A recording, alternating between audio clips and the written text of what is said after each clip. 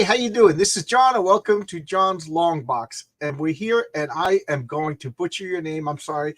It's Your name okay. draws Irene Strychalski.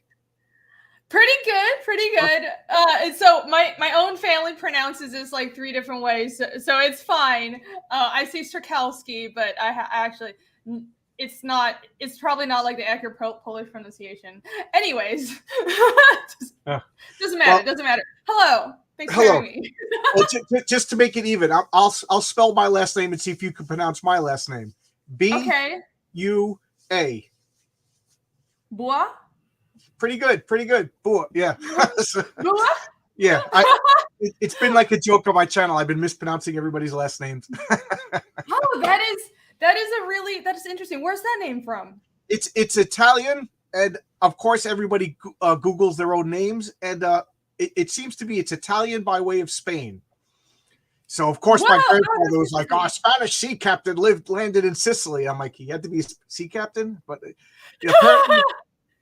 apparently in Spain there's like a whole town full of people named Boers, and I think it has to do with like the riding of the bulls, bovines. You know, maybe they were like cowboys in Spain. Interesting, because to me that sounds like Vietnamese or something, but like yes. I think it actually also is a Vietnamese name, isn't it? Yes.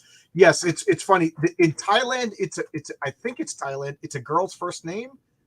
And then in Vietnam, it's a last name. And then in Nigeria, there's an Olympic runner. His name is John Akibua. Yeah. So somebody's asking how to make them a wrench. I have no idea. How do you make somebody, or how do I make you? You have to go to the YouTube stream. So you can't do it from StreamYards, but if you go to the YouTube stream, then you can click on the three little dots and you'll see add moderator. Okay. Yeah. I'll figure it out. All right. So now I have Fabian Niciezia coming down next Monday, and I'm gonna mispronounce his name, so I keep up my training. I don't know. That has defeated me. So. At least he makes a joke out of it. He's got a good sense of humor about his name. Yeah.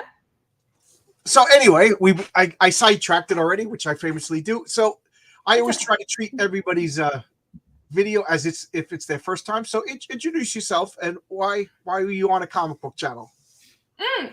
So hello everybody. I'm Irene Strychalski, aka Irene Draws, and I am a comic artist, illustrator, game artist. I've done a whole bunch of things, but primarily I'm a comic artist. I've been working on and off in comics for many years now. I actually majored in comics. I majored in sequential art in art school, but I also minored in animation. I formerly worked for Marvel, both the comics and animation division, but my dream has always been to have my own graphic novel series, and that's what I set out to do around 2018. I created a comic series called Fiendish, and I decided to fund it through crowdfunding and put it on Indiegogo, and it was amazingly successful, and that's why I'm here, I suppose. Also, I have a YouTube channel that's also Irene Draws, so yes. That out. if you remind me, I'll put that in the description. Irene Draws. Cool. So I got your comic Fiendish. I remember I backed it. I something about the art. I just really like the art, and when I got it, I'm notoriously bad about letting comics pile up. And then I saw that you were doing issue number 2, and I was like, issue number 2 was shipping, and I didn't even read number 1, and then I missed number 2. So if you remember, I went and asked you if I could buy it from you. So I read number 2 in the same sitting, and I never do this. I actually got upstairs and I talked to my wife, and I was showing her the comic. I'm like, look at this. You know that meme? I hold the woman by the neck and he's pointing to. That's what I was, but I was very excited about it, and I went right away and I asked if you could come on because I just wanted to talk about this comic. Awesome. Thank you so much. I'm getting excited now. It's because I love the comic, and this is my 4th cup of coffee. So oh yeah, well, this might be the first stream where I'm not the one talking too fast, because that's usually my problem. So it's great. You're matching my energy. I love this already. So first off, I wanted to ask the name Fiendish. You know, how did the name Fiendish come about for your comic? Forgive my coughing. I catch it. No, It's fine. Oh, I hope you feel better. The name, so it wasn't the first title for this comic. I had some very cringy working titles, and so starting out, I have to also mention just how the project started out, right? So Okay, sure. I was living in my parents' spare apartment back in Taiwan about something like 5 years ago, and You're Taiwanese. So have you ever met anybody named Boa in Taiwan? no, it's not a Taiwanese name. Oh, I thought it was. I don't know. Whatever. Looked it up. I thought it was like a first name in Taiwan. Oh no, I think that's Thailand. Oh, everybody always gets it mixed up. No, I thought it was a Thailand, not Taiwan. Whatever. Who cares? Yeah, so what is? Yeah, I know the difference, but I looked it up and I guess I mixed it up in my crazy brain. I'm getting old. Where am I? Who are you? It's fine. It's fine. But yeah. So I was living in my parents' spare apartment in Taiwan because I had moved back, living cheap, trying to save money because I was trying to make a living off of comics and freelancing, and I realized I couldn't pay rent in the States while working in that career, and it just still wasn't working out for me. I was kind of getting miserable. The work from Marvel was drying up. I wasn't getting any jobs that I liked, and I realized, you know what? I have a lot of time on my hands right now, and I'm miserable. You know what'll make me happy is if I finally start drawing that comic that I've always wanted to draw. And to be honest, Fiendish is not sort of an idea that I've had for like 20 years, because some comic artists are like that, right? But actually before Fiendish, which is a fantasy mystery series, I was primarily a science fiction person, and I really love Ghost in the Shell. I mean, I grew up in Asia, so most of my influences are anime and manga. But then I came to the States and I started reading some American comics too. But so I was primarily like a sci-fi person, but at the time when I created Fiendish, I was playing a lot of Pathfinder and I was getting really into fantasy. And I had also been reading Song of Ice and Fire, and I had reread Lord of the Rings, and I was just really feeling the whole fantasy thing. But what I did keep from a long time influence was mystery and horror. I have always been a fan of mystery and horror. I've been reading mystery and horror, and I've been a Lovecraft fan since like high school. So I kind of combined all of those ideas and I threw them together. And the basic premise was, it was very simple. Like the first draft is nothing like what I have now, because if you go with your first draft, you will fail. Like I have revised the story so many times, but the only premise that was there from the beginning was this was a low concept story, which means it's not a simple pitch. It's more about the world building and a slow burn of character development. That's the best I can explain it.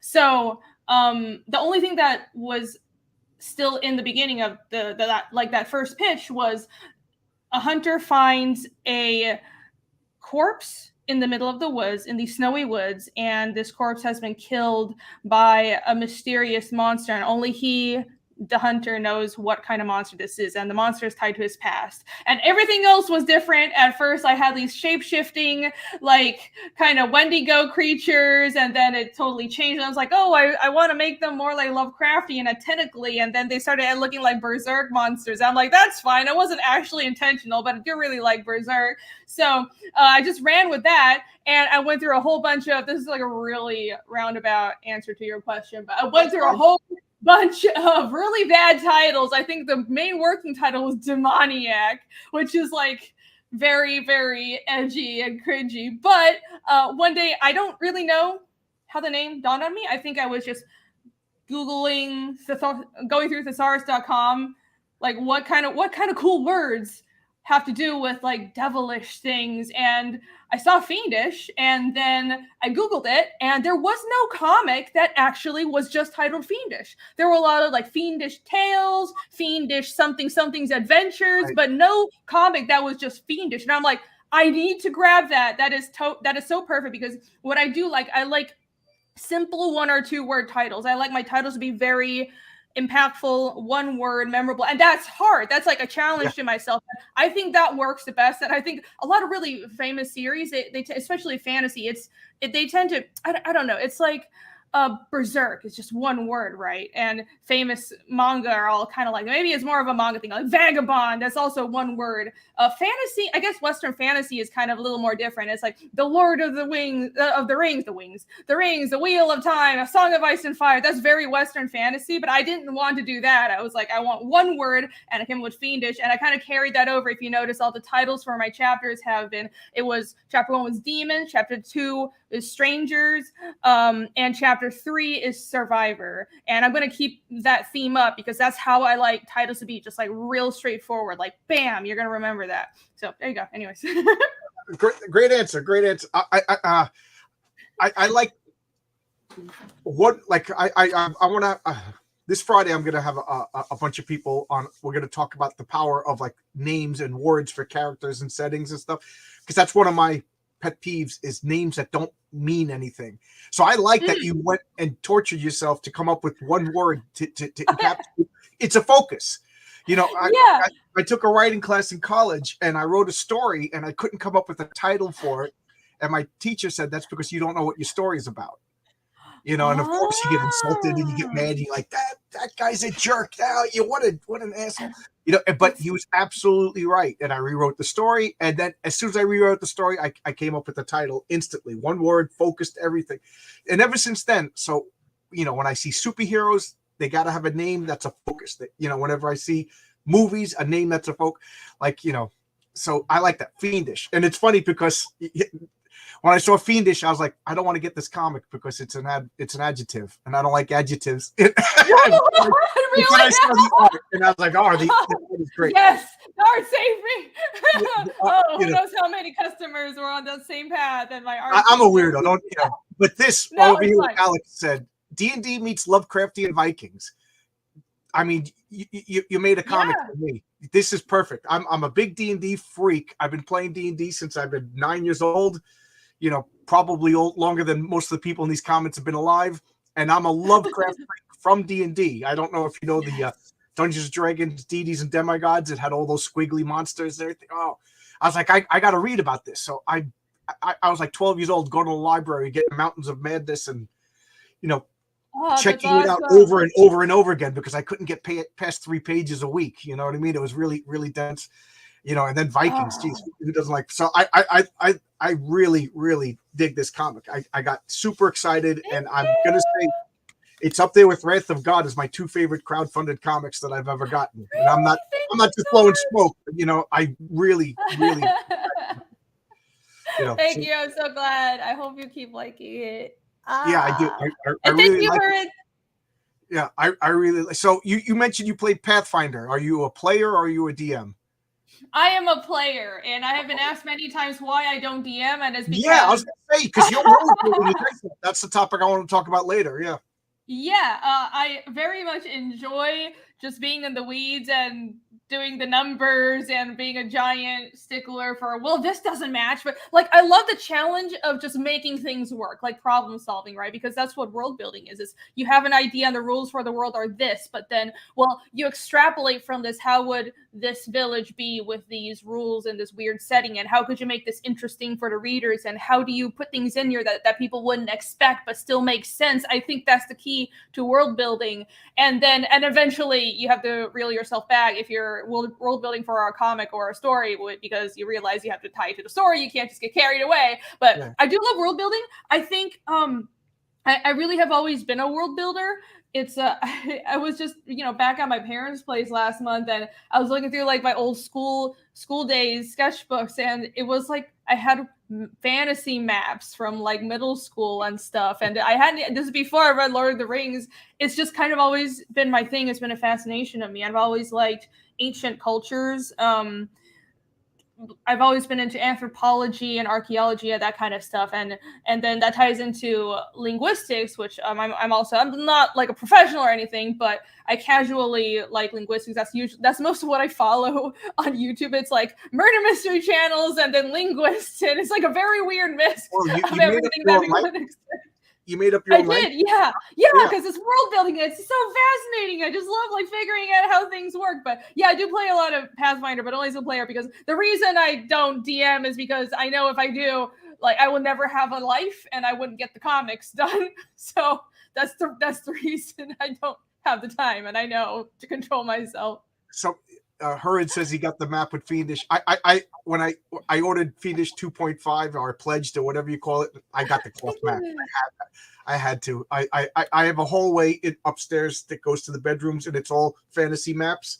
So you'll be up there next to the dream world of Lovecraft, somewhere between there and the dream world. Can I go get the map to show everybody real quick? It's right down the hall. I'll talk for a second. I played Dungeons and Dragons. Geez, I can't even remember not playing Dungeons and Dragons. And I was a character, of course, because my friend he was teaching us how to play, and I instantly said I wanted to run the game. And then when I ran the game, I filled up notebooks, wrote little insane notes, and I just got so into the whole world building. And I decreed that you could not bring characters from other. If your character went with another DM, you can't come back into my world, because every magic item was labeled and had a story and stuff like. So you could bring in your +4 hammer from Carl's campaign into my campaign, because there's no lore for that hammer that fits. That's. And you'll probably get a kick out of this. I was clean. Well, I moved a year ago, and I was looking through boxes, and I found all my old D&D notes from when I was a kid. I don't know if you know, like the bag of beans. It was like a little bag of beans. I wrote out 100 beans and all their little attributes. And so when you pull out a bean, you roll on a percentile dice, and all these crazy little effects that show up. I was, No, I'm not that. What's that? I started playing relatively recently, so I'm afraid I don't know the real old-timey lore. I wish I did. Well, I made it all up. Like, I didn't want my characters to know about the gods. I didn't want the characters to know. Okay. So I made up my own gods. I made up. So nobody. If you came into my world, it's like, you don't know. There's no Odin. There's no Thor. There's no whatever. Oh my gosh! So you're a world builder too. We're kindred spirits. That's awesome. And I'll tell you a little funny story. I'm making my own comic, and I've been world building, no joke, for 20 years. So I have notes about my superhero world. This guy's interacting with this, and I could not get a story down. And I've been trying to write a script. So I was telling all the ideas. I don't know if you know Brian Bow of Wolf and Batsy. He does the comic. Yes.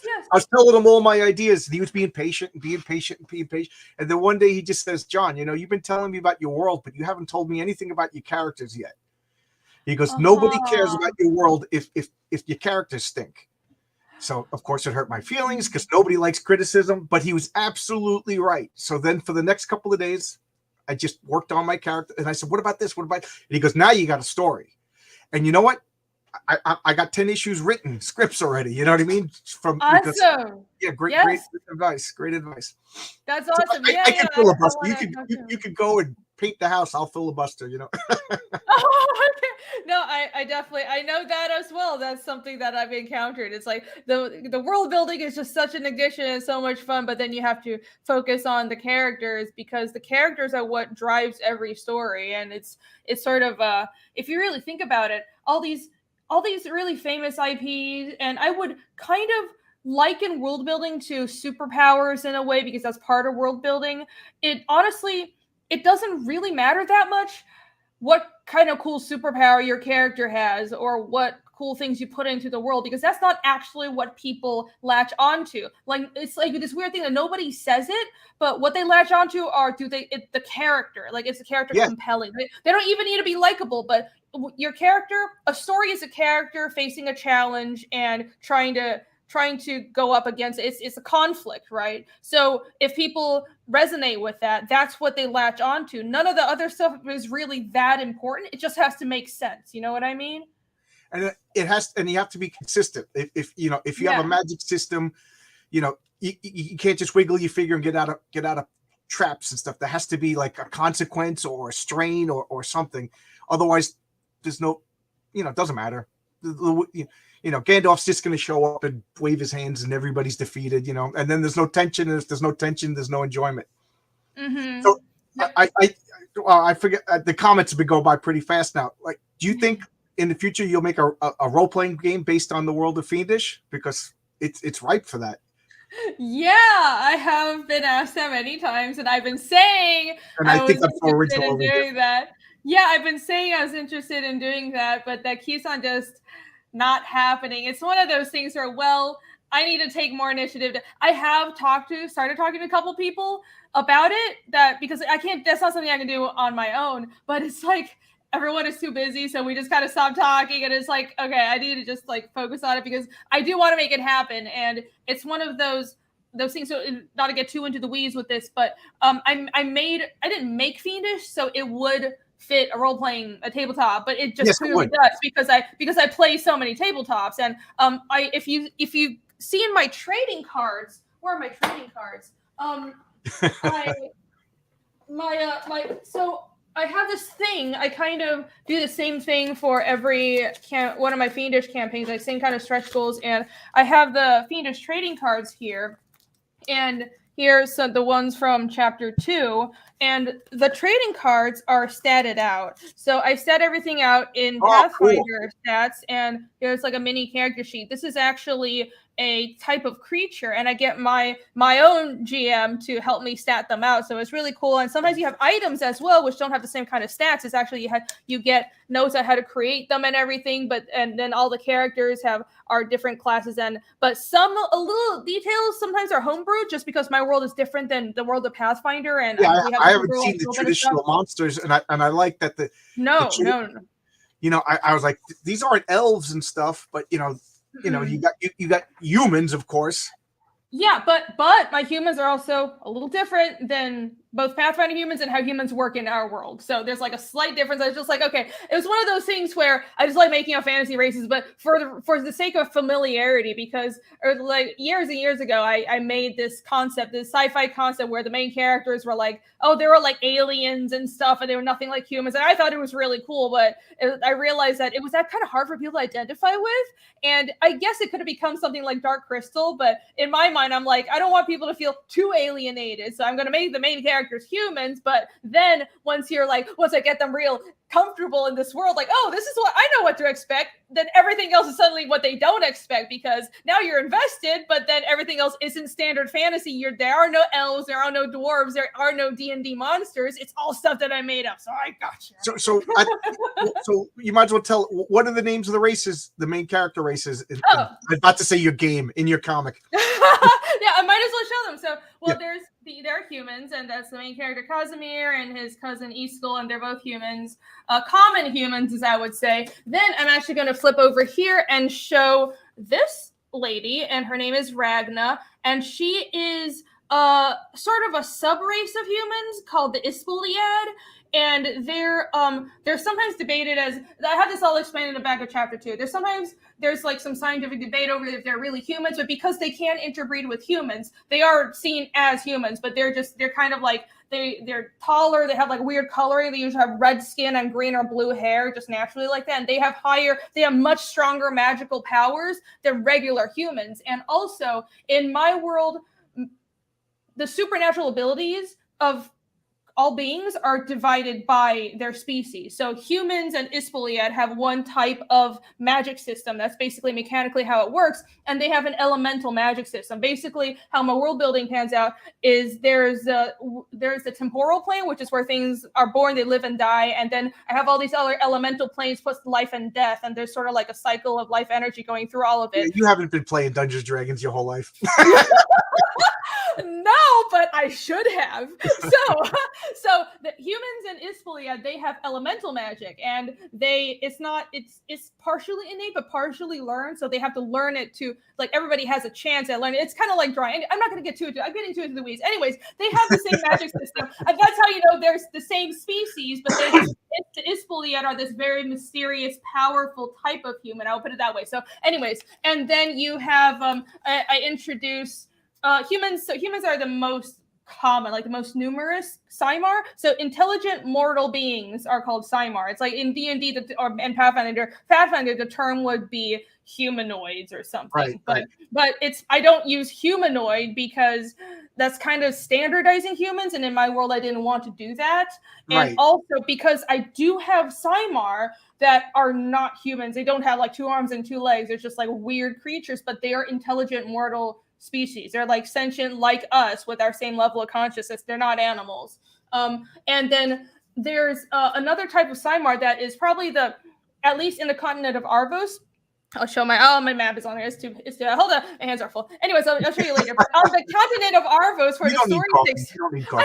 I hadn't had coffee. I don't need it at all. So on the continent of Arvos, the most populous species are humans and Dev, and then the Dev are these purple-skinned Cymar. They I guess I've been told they look kind of tiefling-like or elf-like because they have pointy ears, but they also have these tails if you look closely. Yes. And they kind of do look like tieflings, but they're kind of different. They're not tieflings. They have no apparent supernatural powers, and because of that, they're commonly enslaved by other Cymar species on the continent of Arvos. And Yomi is one such character that Cosme and Iskall meet on their journey, and you'll find out what happens with her and how she sort of tags along.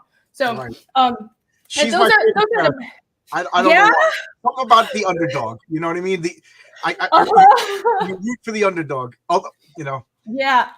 A lot of people have really liked her, and I'm so glad, because to be honest, she was one of the hardest to write, because at the beginning I had no idea what to do with her, and one day it just clicked and she started speaking to me, and it just happened. And like, she wasn't supposed to be so prominent, but then she just kind of like took on a life of her own. It was wild. Yeah, sometimes that happens, and well, that's what she did in the book. Really she inserted herself in the story. You know what I mean? So there you go. She's she's doing it to you just like she did it to the story. Yeah, she did. It did. Now, did you get any feedback, like negative feedback of like, I can't believe you had like, slaves, and let's be realistic, what they do with female slaves throughout history, and that's a subject in your book that I was like, whoa, and I found it to be very realistic because that's a part of our world,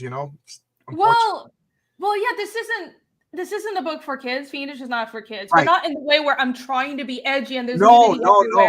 I very much just like, it's hard to explain. I tell when parents have asked me if this is book for kids, I'll say I think it's more for teenagers and up, but you should read it first, because it's one of those things where you can't look at it like there aren't just tits everywhere. Sorry, I don't know. Like, can I swear on your channel? Do whatever you want. I'm a little crass. I'm sorry, but it's like, it's not supposed to be like that. But there's there death, are things there's like violence, there's gore. There was a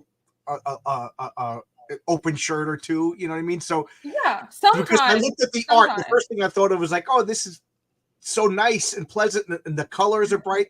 And then the first page, there's gore, and man, your monsters were really original, and I just like that first monster. So you had. I'm glad, yeah. I did a showcase on your comic, and I think it was the 5th panel with all the fire. The town on fire, and I said, this is excellent. The art and the coloring really, really work together. Thank you. That's what I like about your comic is first off, like it took me out of left field, because the name Fiendish, again, I was like, it's an adverb. I can't like the title. And then I saw the art, and I was like, you know what, I'm going to check it out. I didn't know who you are or anything until after I read the comic. So I bought it, and I read. I was so excited. Like by halfway through the first issue, I'm like, this is a real. I could tell you built the world. You could tell you did the work. You could tell secrets about this world that it's going to take a while to be revealed. Yeah, it's so hard. I know. No, don't give me spoilers. If I don't want spoilers, that means I like it. If you're not. If I didn't like the comic, tell me all the spoilers. I'm pretty good with spoilers. I haven't spoiled anything despite hours and hours of live streaming. So I think I've got this. But I really like the character interaction. I like Casimir because he's not really what he seems to be. Like, I get the feeling that he's got a heart of gold, but he's just presenting himself as a jerk. And that's a trope that gets me because I'm a jerk, but I really got a heart of gold, So yeah, that was hard to write too. I mean, to be honest, Easkell and Ragna have been the easiest to write, but sort of, and I'm not going to spoil anything, but sort of like what to do with Easkell was hard because Easkell's a sort of like the everyman character. He's the youngest, and he kind of has this very trusting and very caring out and kind, optimistic outlook on life. And I love a good-natured character that you could root for. I think that's so important. And comics seem to be getting so dark, and even though there's monsters and gore, there's a good-natured person that has a really interesting curse that I could root for. Mm-hmm. Yeah, it's that was interesting. I was like, oh, I have to hold on to this. I can't reveal this. It's like that mark on his cheek that was there from chapter 1. That was there for a reason. But I definitely made a point to have characters that had a bit of a variation in their personalities and outlooks. Actually, all 4 characters. So I have 4 core characters. Casimir is the protagonist, but I have like this weird structure where kind of a huge section of the story aren't about him. He's just there. He's the protagonist because he drives the story forward. And I think when you read it in full, you'll realize why. Like, obviously, he is the protagonist, but he wouldn't go where he's going to go without all these other characters. And I have a cast of Yomi, Easkell, Ragna, Casimir, and they sort of are the heart of where this tale is going. Yeah, I like Ragna too. She seems like a troublemaker, jealous. Well, I like all 4 of the characters. Yeah, I like them all, but Yomi's my favorite. She's my favorite because she's the underdog. You just want to root for her.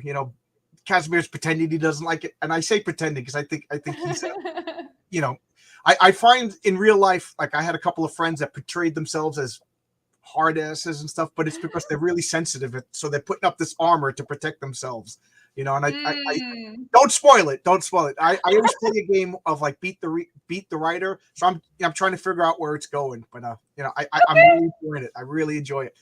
And like I said, I got so excited that, I was like, when's 2.5 coming out? How long does it take? So let me ask you, how long does it take to make an issue? Well, an issue, as in one of the main books, takes me like, so far as the book 1 and 2 have each taken me a year and a half. Wow. Book 1 was different because book 1 was different because I was building the world and then drawing it, and I redrew a bunch of stuff because I hadn't like released it. I hadn't started crowdfunding. So I was like, I had all the time in the world, but it's about a year and a half, and book 2 was about a year and a half. And both of those books were about 50 to 60, 65 pages. These are big books. So the main books they're essentially trays. I release the whole thing as one trade at a time. These are not floppies. No. But and they're well produced. The paper is good. The binding is good. That's one of my things that I talk about is how the comic book feels in my hand. I really do like the printing of it is excellent. Awesome. Yeah, I'm very picky with the printing, and my printer is awesome too. Bless their heart. I have to put up with me being picky. I'm so picky with the product. I like ask for so many samples of everything. Like this map went through so many iterations and samples. Like bless every factory that has to work with me, but they did a great job. This is like the Canvas World map. It was actually really hard to get everything the map to print on the canvas material right. But yeah, I was really picky with the paper, and the main books that I put out, they're all huge. But the 0.5 stories, because you did bring that up, and you said you backed it, so thank you so much. Yes, the 0.5 chapters, those are floppies. Those are 20 to 30 pages, and those are so the turnaround for 2.5 is actually going to be April because the ink's already done, and I'm actually not drawing it. I'm working on chapter 3 while chapter 2 is being done, and I have some of these 0.5 chapters planned out as they're supplementals to the main book, but because my supplementals are so huge, I figured it would make more sense to run it as a separate campaign. If I had like a supplemental that's like 5 or 10 pages, I wouldn't run it as a separate campaign.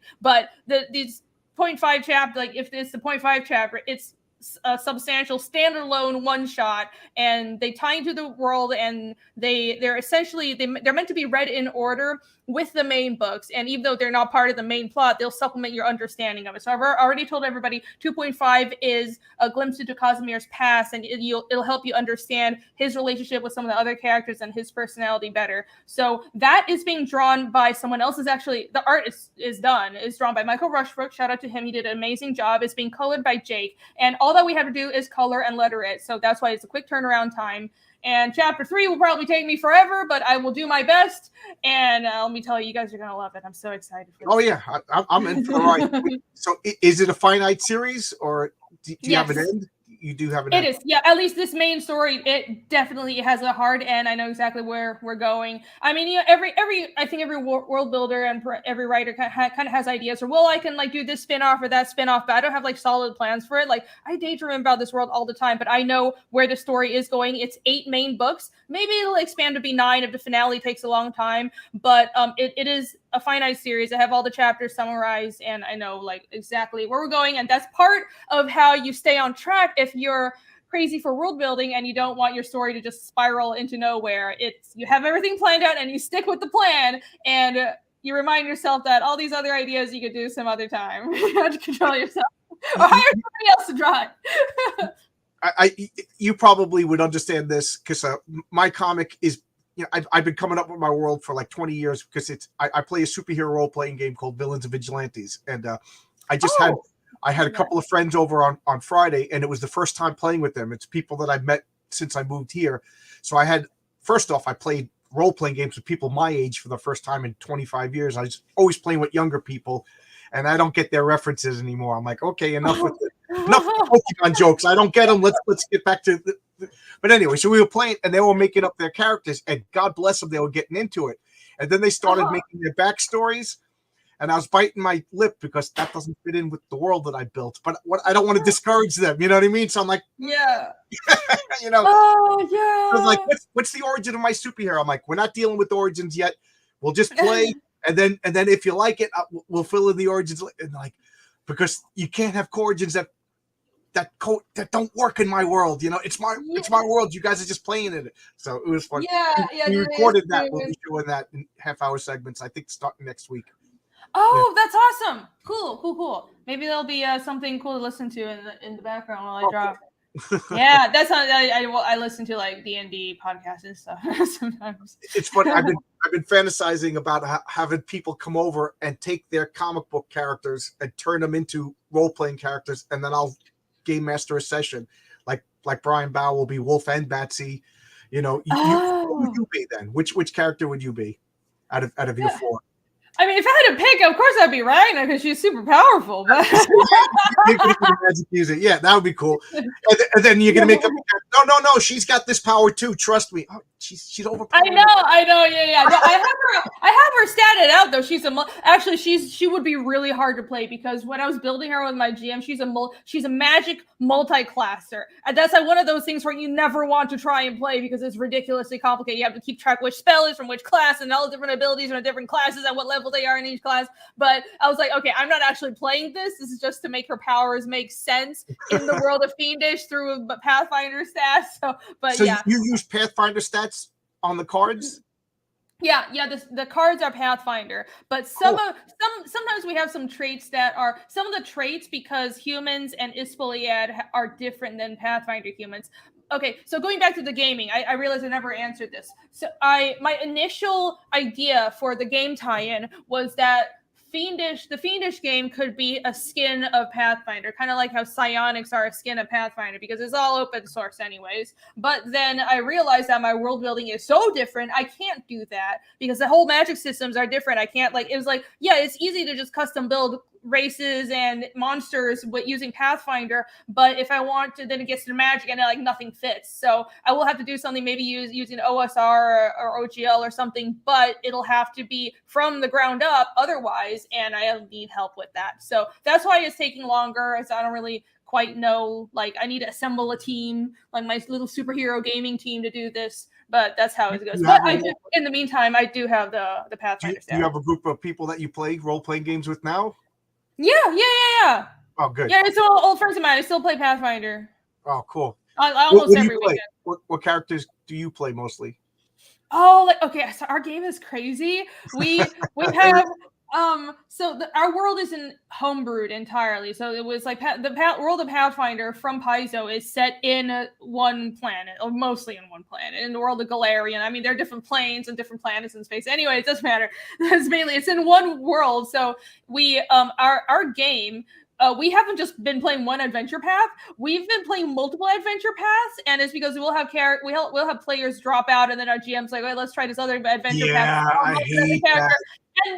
And then we all create new characters for this adventure path, and then more people drop out, and then so we have like a core group of maybe 4 people, and then a rotating cast of other people, and we have like 4 or 5 adventure paths that we've been through. We've only concluded like 1 or 2 of them, so we each have like about 6 or 7 characters that we've played, and that sometimes we go back to, and it's kind of insane. But my preference is probably, obviously, I don't know if it's just because it's the first character that I created, but I usually cast Ranger, and I love my switch hitters, and that's kind of how I go. But now that we're getting to about like level 8 and up, you kind of want some magic, and I got really annoyed when I didn't have powerful magic when you get to that level. So, but anyways, I like melee. I like being really up in the battle, but also having options, being able to be really independent. So I think but rogues are like a little glass cannon-y. Like Rangers, I think they're just like everything. My GM tells me, Irene, you can't do everything. And my answer is always, but I want to be able to do everything. I want magic.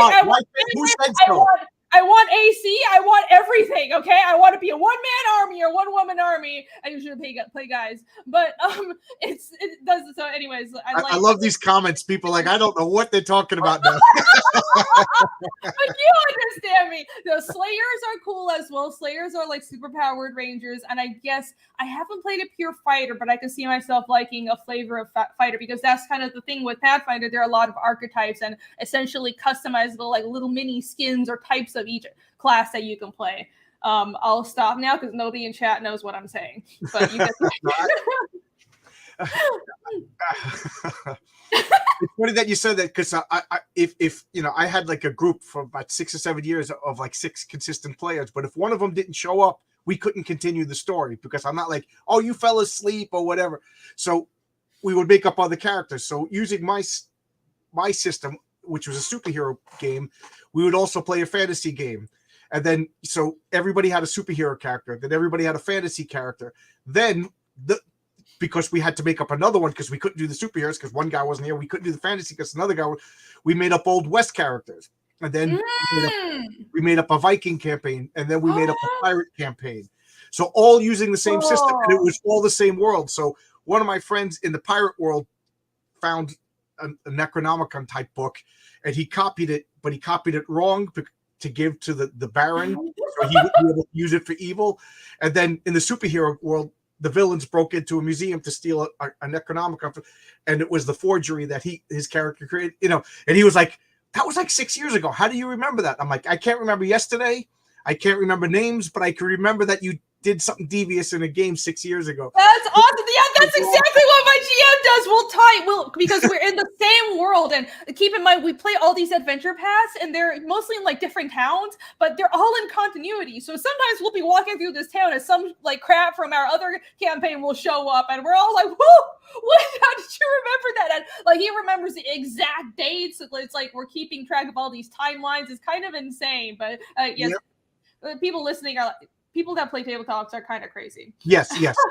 And especially the game master, because I have players that keep track of everything, and they love all the mystery.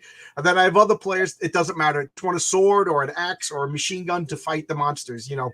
So and you gotta give them both reasons to succeed. Reasons, you know. Paul likes hack and slash, you know. Jimmy likes role playing, and the other guy likes mystery solving. So, you know. And my philosophy as a game master is everybody's got to have a moment to shine. Otherwise, they're not going to come back, you know? That's right. Yeah, that's exactly true. And Alex Vier, was it Alex Vier said Pure Fighters are kind of boring when you're a veteran player? Maybe I don't know. I haven't tried it. I might try it, but sometimes I try something just to challenge myself, and I regret it, because I'm like, why did I try this thing that I knew I wouldn't enjoy just to challenge myself?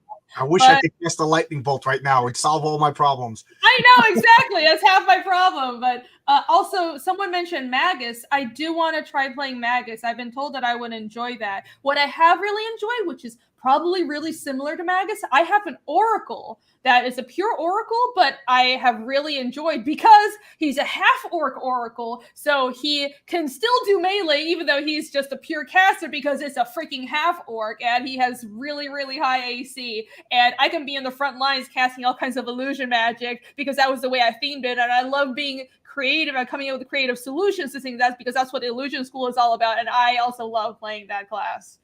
I'm sorry, Pity Ma. He says, I thought GM meant general manager. No, game master. Yeah, game master. It's the person who comes up with the story. And I always, for those of you who do not know what we're talking about, role-playing games like Dungeons & Dragons, Pathfinder, Villains, Vigilantes, which I play, I always describe it as it's interactive storytelling.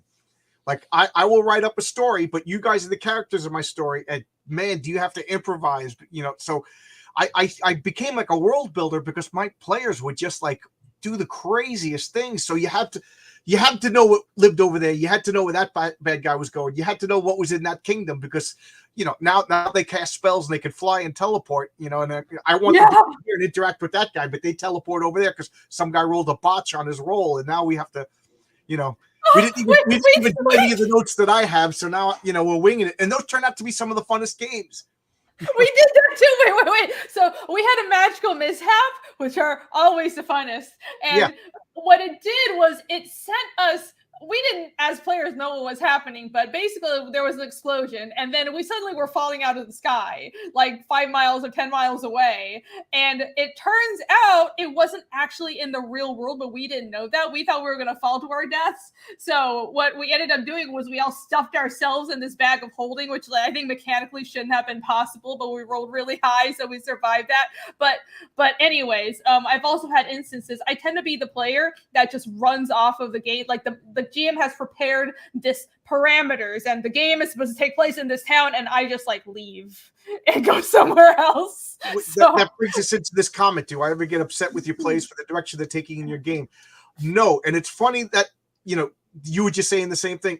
When I first started playing Dungeons & Dragons, the guy who taught me, he like, after a while, we were like, why are we going down this dungeon? You know, why are we doing this? Like at first it was just hack and slash, fight the goblin, take the treasure, fight the goblin, take the, and then it got boring after a while. Maybe we got mature and we wanted role playing and stuff. So rather than just go down the dungeon, I would make a left turn and then he would have this blue hand come flying out of the sky and pick us up and put us into the dungeon.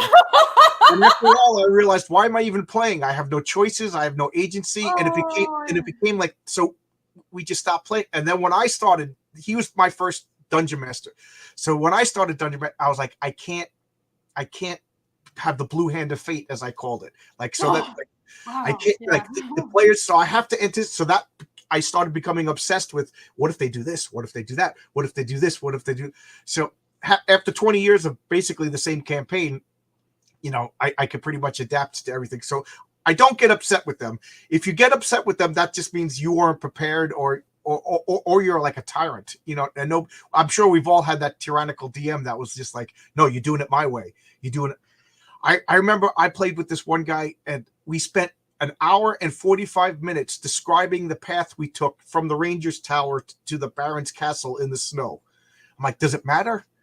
You know, you know, I understand you want to be specific, but it was excruciating. Yes, too long. Yeah. Oh boy. So I wanted to ask you. You said you worked at Marvel. I didn't know that. So what did you do at Marvel, and what was your experience there? As I call. Oh, it's okay. So actually my first job at Marvel was all the way back in 2011. I was actually still in art school, and I was hired for. It was still, you know, it was a one shot. It was only 11 pages, and it was a book that was full of one shots, and it was all student work. I think it was Deadpool Family #1. It was sort of like a one shot of short Deadpool or different types of Deadpool stories, because they had Headpool, they had Dogpool, and they had Lady Deadpool, and they got me to draw the Lady Deadpool one because I think my portfolio had a lot of like. It had like blood and gore, and they're like, "Oh, you'll like this," and I did enjoy that. But then, but after college, I realized comic work wasn't steady, and I wasn't getting any more offers, because the way it works is you just, you know, you send your portfolio to all the comic publishers. I hope somebody answers you, and I wasn't getting any answers, so I went to work in animation for a few years. But but after a while, I really wanted to work in comics, because that's my true love. Like, I love doing art, but comics is like my thing. So I thought I would try to get work at Marvel again. So I put together a portfolio, and and I got more work from them this time after a few years of working in animation.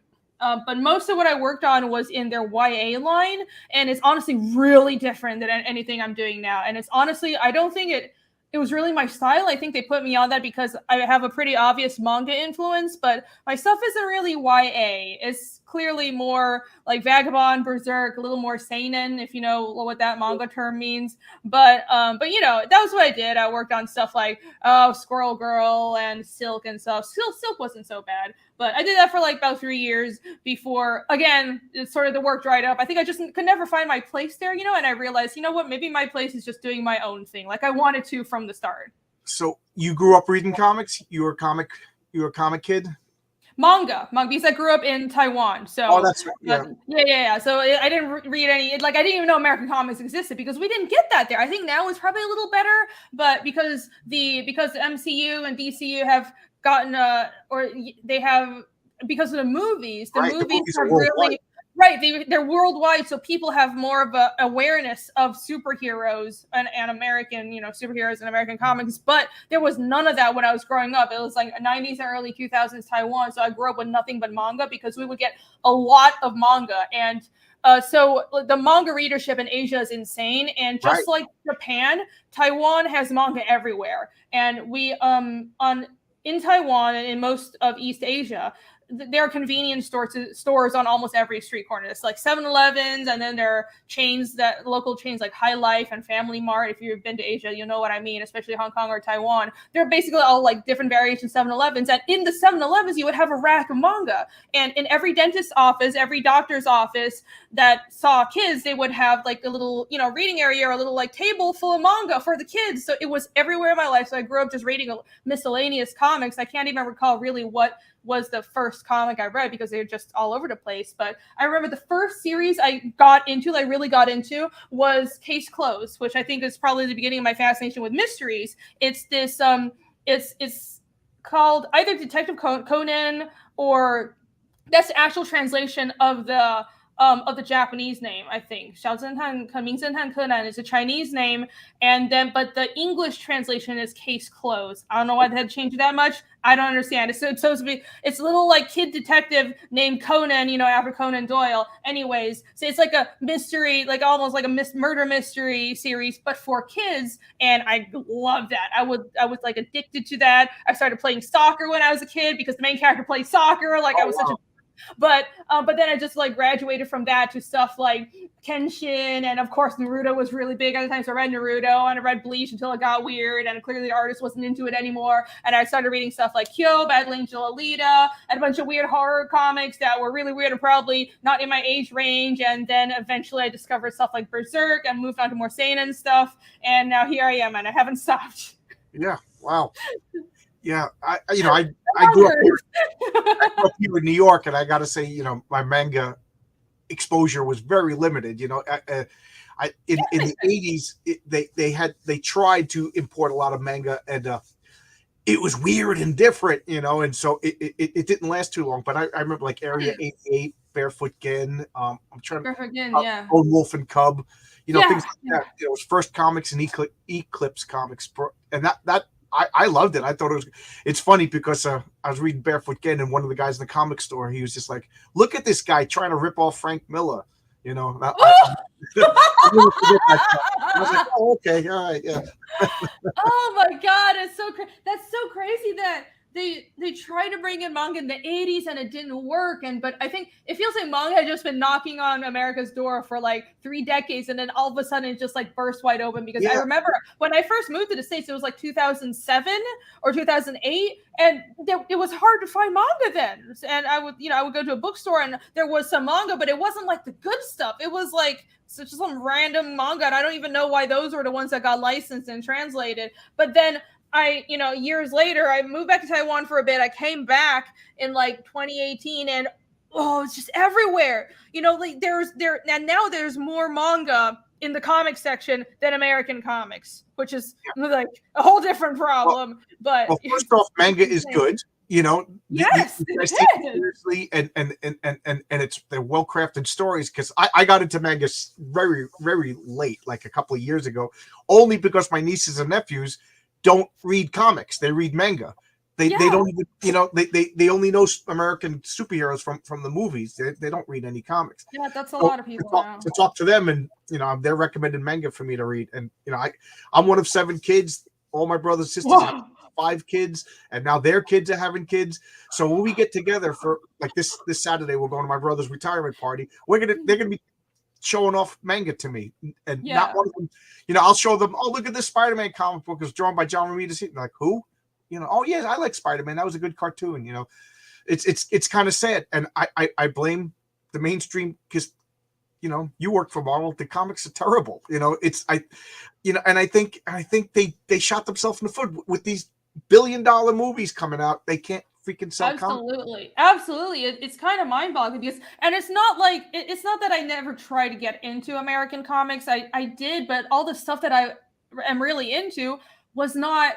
It was, I mean, it was still published for comics, but was it like, if you define the mainstream as the big two, I never really got into the stuff from Marvel and DC, and I don't think it's just superheroes, because when Japan does superheroes, I love it.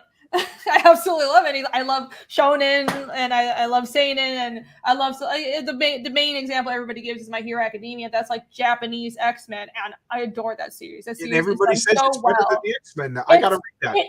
It's really good. But, and it's like these influences bounce back and forth, but and now what I'm doing is I've got some friends that really know American comics. I'm going back and reading the older stuff because I think part of my problem was I kept on trying to read the new stuff that was being published after I moved to America, and I think that's when the superhero comics started to suck. And the only stuff I could get into, I like stuff at IDW and Image. I love Lock and Key. Lock and Key is a really good series. I read The Walking Dead for a while. Honestly, not my favorite, but it was really good. I could see why people liked it. The characters were very well done. Yeah, I like the comic was much better than the show. Yeah, the comic was much better. And Scalped is also one I don't hear this mentioned a lot. Scalped was really damn good. That was one of my favorite series. That's a comic I've never even heard of it. Yes. Oh, it's by Jason Aaron. It's set on like this Native American res, and it's like Scalp. Yeah. Yeah. I thought you said Skelf. I thought it was like no. Scalp. Yes. Yeah, it was great. It was so badass. Oh, it was amazing. And you know, I got into everything by Mobius. Basically, I love that stuff. But nothing like superhero. You know, the closest thing I liked that was superhero was like Next Wave, because it was jokey, and they were like taking, you know, it was like, but it was good. It was entertaining, and nothing else really grabbed my attention. You get some trade paperbacks of like old Chris Claremont, John Byrne X-Men's, and you're going to see why old graybeards like me are just in love with comics. You know, they're so good. You know, and if you could get like John Byrne Fantastic Fours or Paul Levitz and Keith Giffen Legion of Superheroes, you know, you're going to see why people are like so upset that comics aren't good anymore, you know? Yeah, I mean, it's one of those things where even though I didn't grow up with American comics, I can empathize because I still I love comics. It's manga, and I see them trying to. It's weird because manga's from a different country, and then you have it's sort of like these weird American influences, and they want to push it on manga as well. I'm like, it's not even your country. I don't understand. Right. It's so weird. The same people complaining about cultural appropriation are trying to tell the Japanese. I know it's work. They're working. I think their industry is fine. They don't need your help, but I've got some really good recommendations from American friends, and I've been I plan my reading list right now is I'm getting through all of Frank Miller's Daredevil and Elektra. Oh, and that's what I'm starting with, and then I have to finish Ronin because I never finished Ronin, so that's where I'm starting. Frank Miller. Have you read the Frank Miller Daredevils? Like no, I haven't finished it. You're in for a treat. What I've read is really good, though. Oh, they're in for a treat. Yeah, that was one of my early hour-long videos. Me and a friend were just talking about Frank Miller Dead, and this is a guy who just recently got into comics, and he was like, "I can't believe how good this is." You know, it was fun to see a newbie, you know, get all excited. You know, big financial guys got into comics, and he was freaking out how good it was. Like, imagine if that was what was getting made into movies and TV shows, and it's like 300 did so well, right? And that was a faithful, and 300 in Sin City and stuff like that, and that was a faithful adaptation of the comics. And imagine they just kept doing that with Right. not just those, but all these other different series, and it was faithful, and they were like making it in a different medium, but they weren't changing anything, and the comics were also kept good, if you know what I mean. And like we could rival manga if only they knew what they were doing. And it's not that I don't want to see that, I'm American, but it's just it's sad. There's nothing that I really latch onto from American comics. I remember my friend Jimmy. We just as much as I get into comics, I was into punk rock and everything like that. And I remember we were sitting at a bar, and they blasted some. I was never into the hair metal, so this is the late '80s, early '90s. We're in a bar drinking, and he was just like, "I'm so glad that the music I like isn't popular." And I remember going, "I would love to walk into a bar and put money in the jukebox, and they're playing The Damned and the Clash and all this stuff."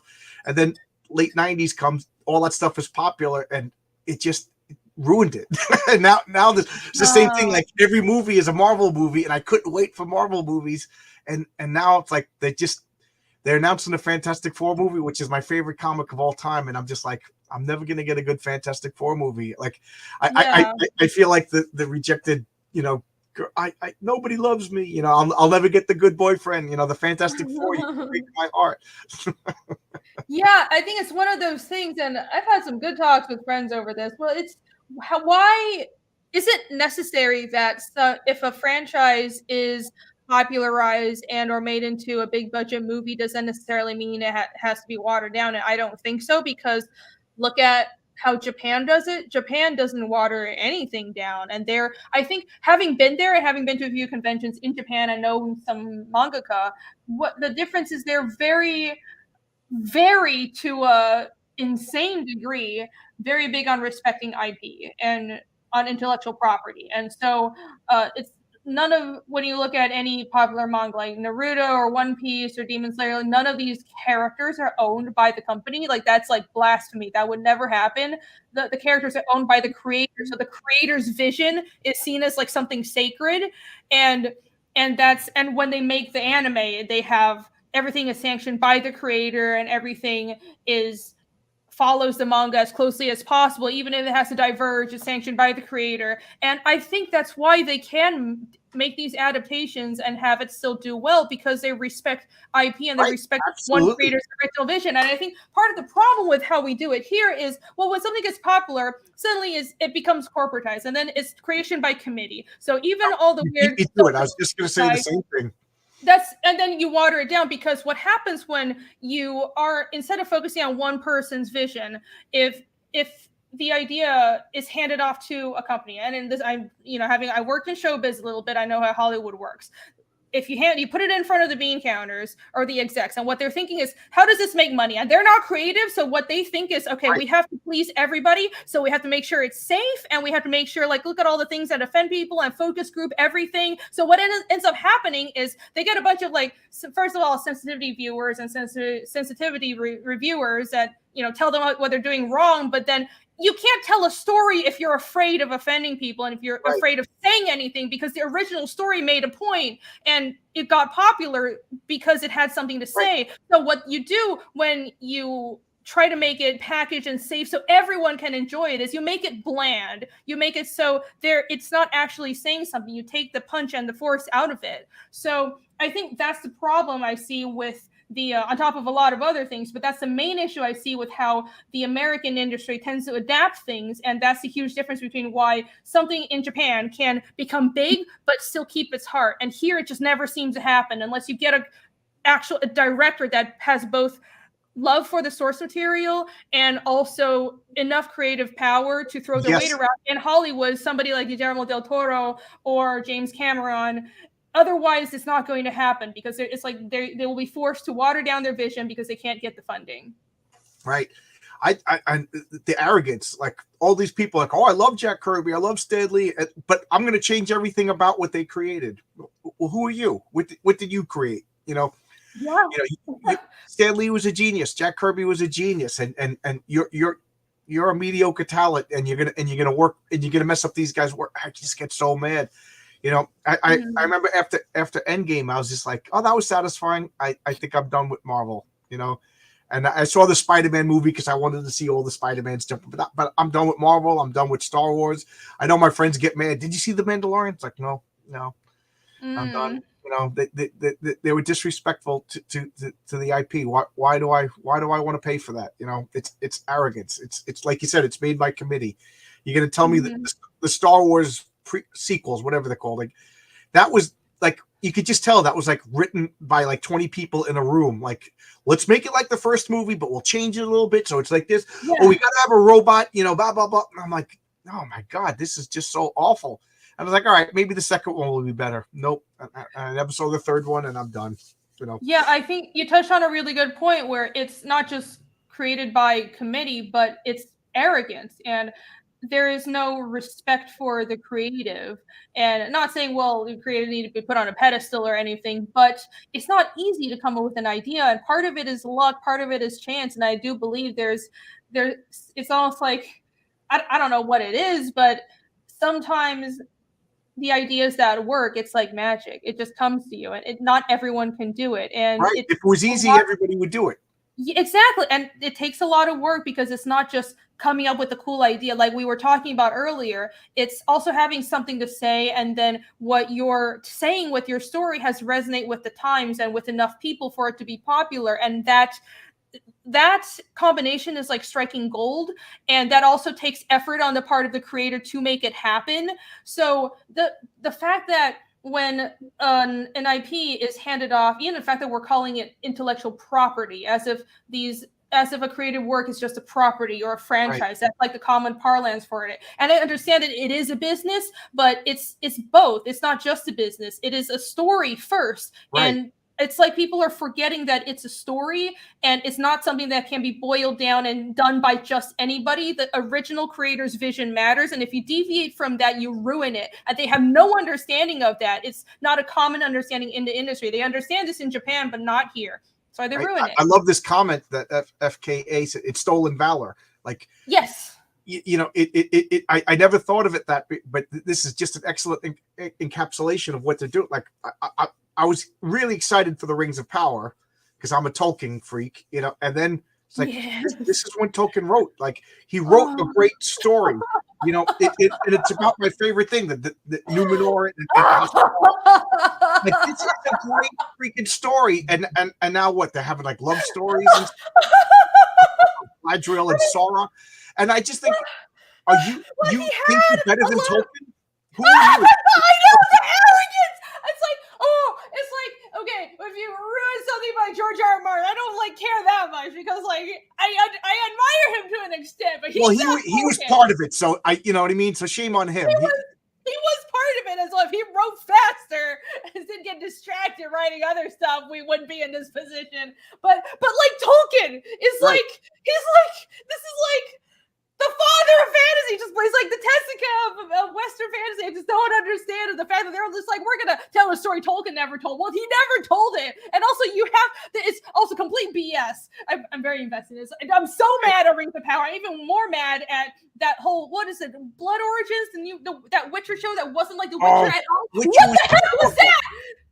The Witcher. I don't know. I didn't watch it because the first season sucked. The comics are great. I see you get mad. Your eyes are all teary. I'm so angry. But my friends are like, you got to watch The Witcher. And I watch it. I'm like, this sucks. I don't like it's set in a fantasy world, but they talked with like modern expressions and stuff. It took me out of it. And the CGI sucked. Yeah, I mean, I do that too in Fiendish, but I do it for a very specific reason. Well, you didn't take me out of the story because I really didn't notice too well, like they use modern curse words and stuff, but that kind of fits because you don't want to use scallywag, that would take me out of the story too. Yeah, no, it's different. I wasn't going for standard fantasy, but in The Witcher, it's just The Witcher has a very clear established lore and vibe, and I thought the first season was okay. There were many flaws, but it was okay, and it was mostly saved by Geralt. Like, Henry Cavill he actually cared, and he was trying to do a good job, and then it became he's like a guy like he plays Warhammer. I want him to come over and play Dungeons and Dragons with me. He just seems like a cool guy. Yeah, What's that? he actually likes this. He's a legit nerd. He's Yeah, actually invested in these stories, and that's why they kicked him off, right. or he left. Right? Yeah, sure. They made it so horrible and insufferable for him that he had to leave. But there was like all this bullshit that came out afterwards. Oh, he was like difficult to work with. And, he was like, criticizing the writers. Well, maybe you should be criticized because he's invested in the source material. You don't know what you're doing because you ruined the series. Yep. Yeah. I forced myself to finish the first season because I'm a completionist, and I just heard I heard the reviews of the Rings of Power, and I was just like, this isn't what happened. Galadriel didn't go to Numenor. The elves weren't allowed on Numenor. If I just get so mad, and I understand, like, for realistic reasons, you might want to compress the storyline into the lives of one human because it's going to be jarring to have to. I can understand a book cannot be directly translated into a show or a TV series, but like, man, oh man, I remember the first time I got livid is I love the Dresden File books, and they made a Dresden File TV show, and in the first episode of the TV show, they had Dresden picking up a waitress and like having casual sex. I'm like, did they read these books?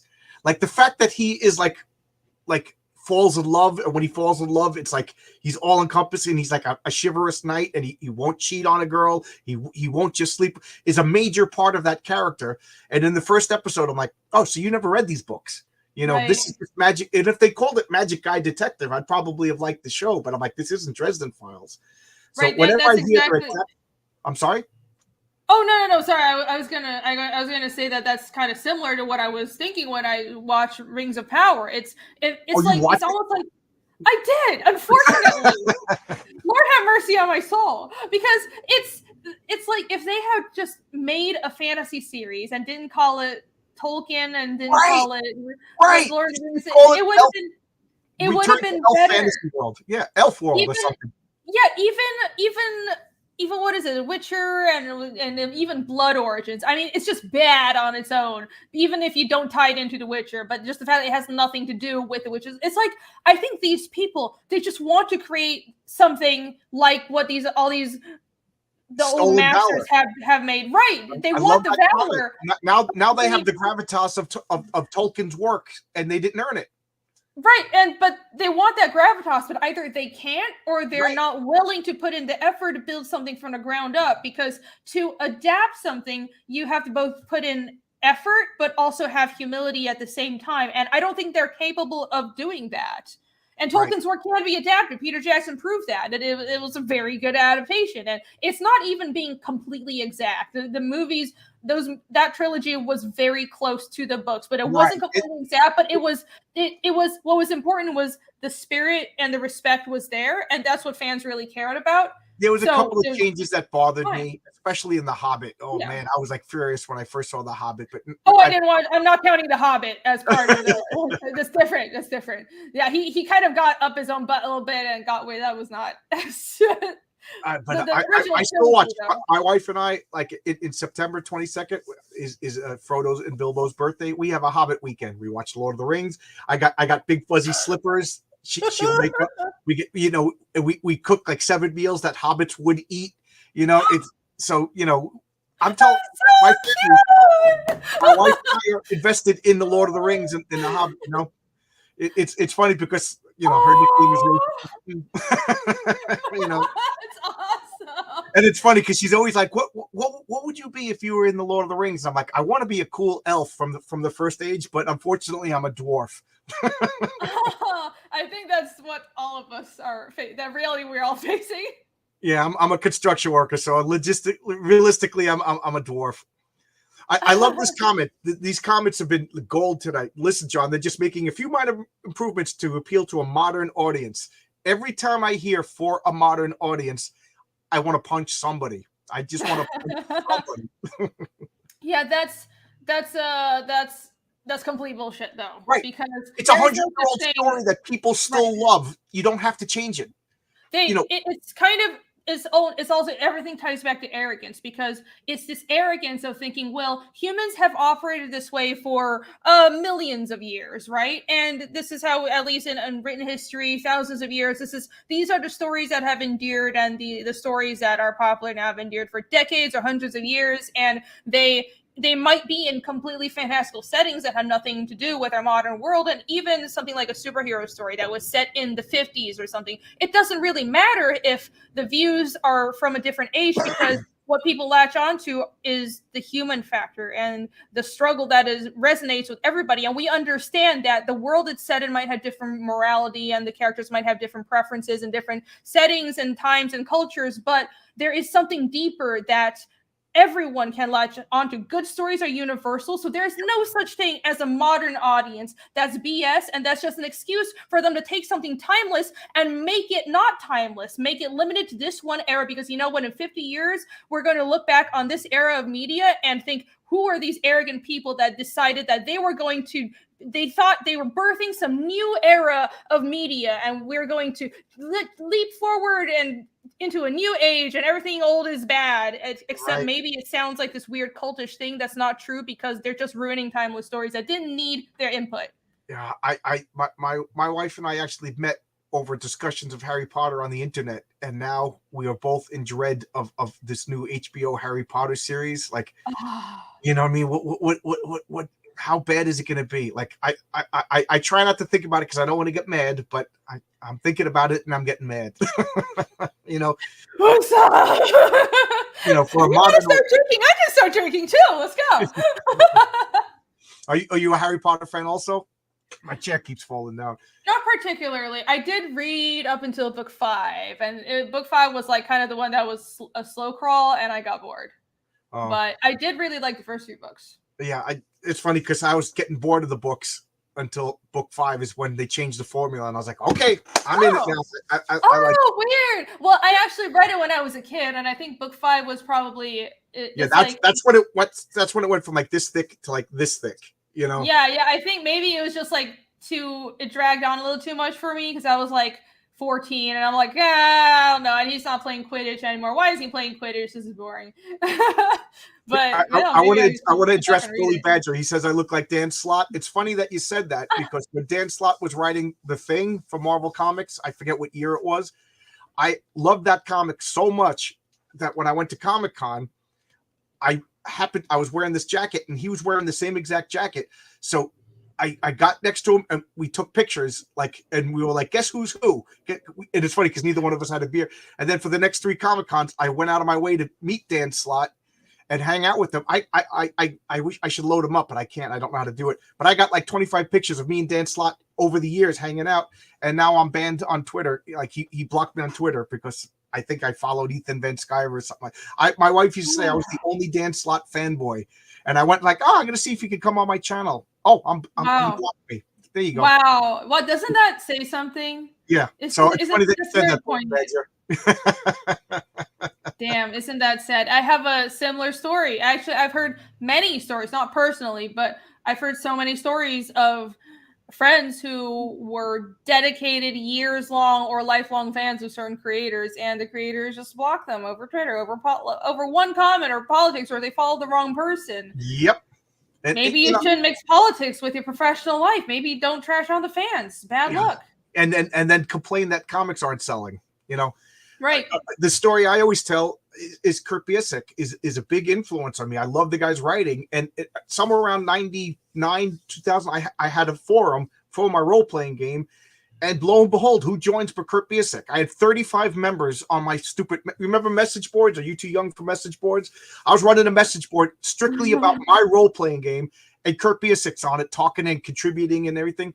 And now, 20 years later, I messaged him on Twitter to invite him on my channel to talk to him, and I'm blocked. Never interacted with him, but we were friendly 20 years ago, and now I'm blocked.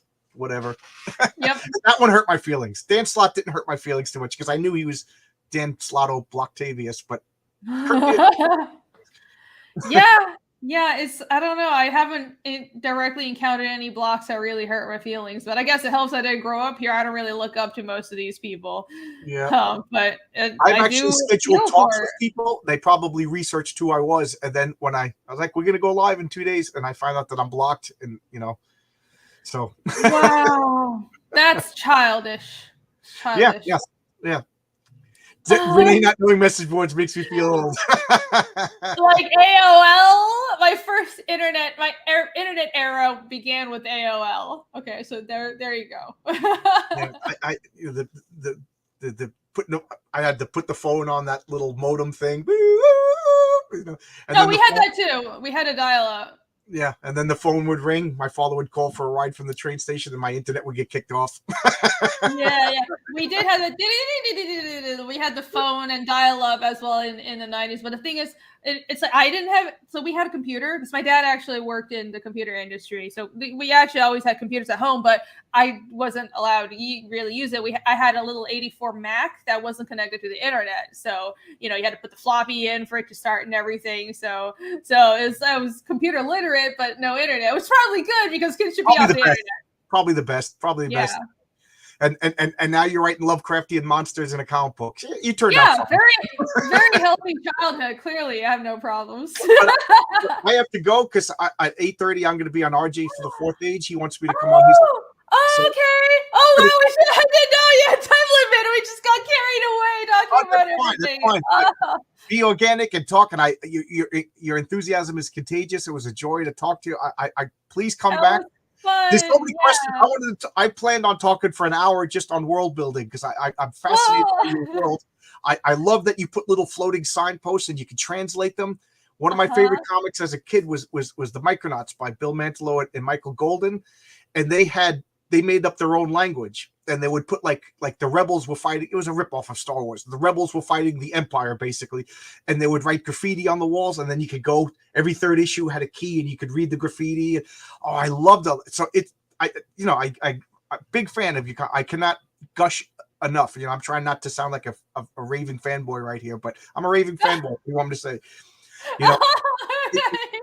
no joke. Like they say that in the crowdfunding scene, there's not enough writers, but you're drawing, you're world building, and you're writing a good, compelling story that I think everybody in this chat, I'm sure everybody in this chat bought your comments. Thank you. I'll do my best. Yeah, I think I am still worried every day because I'm not professionally known as a writer. I've obviously professionally just been an artist, # just an artist, but I'm going to do my darndest best because I think story matters. I know it matters. And I hope you all keep on liking Fiendish. Oh, I can't wait. Thank you. Cool. So the 0.5 issues are going to be like side quests or basically. Think of them like one-shot side quests. That's cool. Because they could be character backstories, but sometimes it's just side quests while in the continuum of the story. That's what they are. Yeah. Oh, cool. We got this comic. You talk about American comics. Read the first 12 issues of the Micronauts. I think Marvel just collected them. Okay. Wonderful Michael Golden artwork. Just amazing. And keep in mind, it was during Star Wars Mania, so you can be like, I recognize this story, but it was awesome comic. But thanks a lot. I'm going to get going. I'm so glad that you came. I've been looking forward to talking to you for like 3 weeks. Oh, yeah, it's been forever, but it was a really good talk. And anytime you want to have me back on, talk about world building, I'm more than happy You're always to. welcome. Big fan. I can't wait for my cloth map. It's going right next to the H.P. Lovecraft's Dream Worlds. I know where I'm putting it when I hang it up. But awesome. Okay, thank you so much. Have a good night. Bye, everybody. Thanks for coming. This was great.